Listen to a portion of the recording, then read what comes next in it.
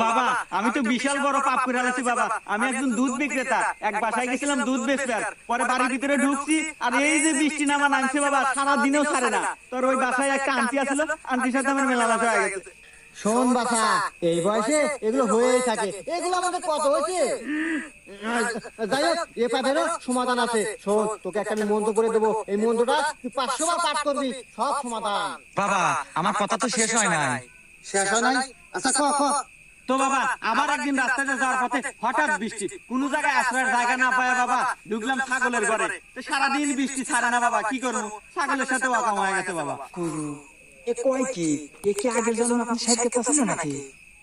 কি কর দেখি তো, মন্দির তো দেখা যায় পুরো আমার মতনই। যাই হোক, এর সমাধান আছে। আরে বাবা রাহেন আপনার সমাধান, আমার সমস্যা আরো আছে, পুরো কথা শুনে না নাকি? হ্যাঁ, মন্দির কয় কি রে? তুই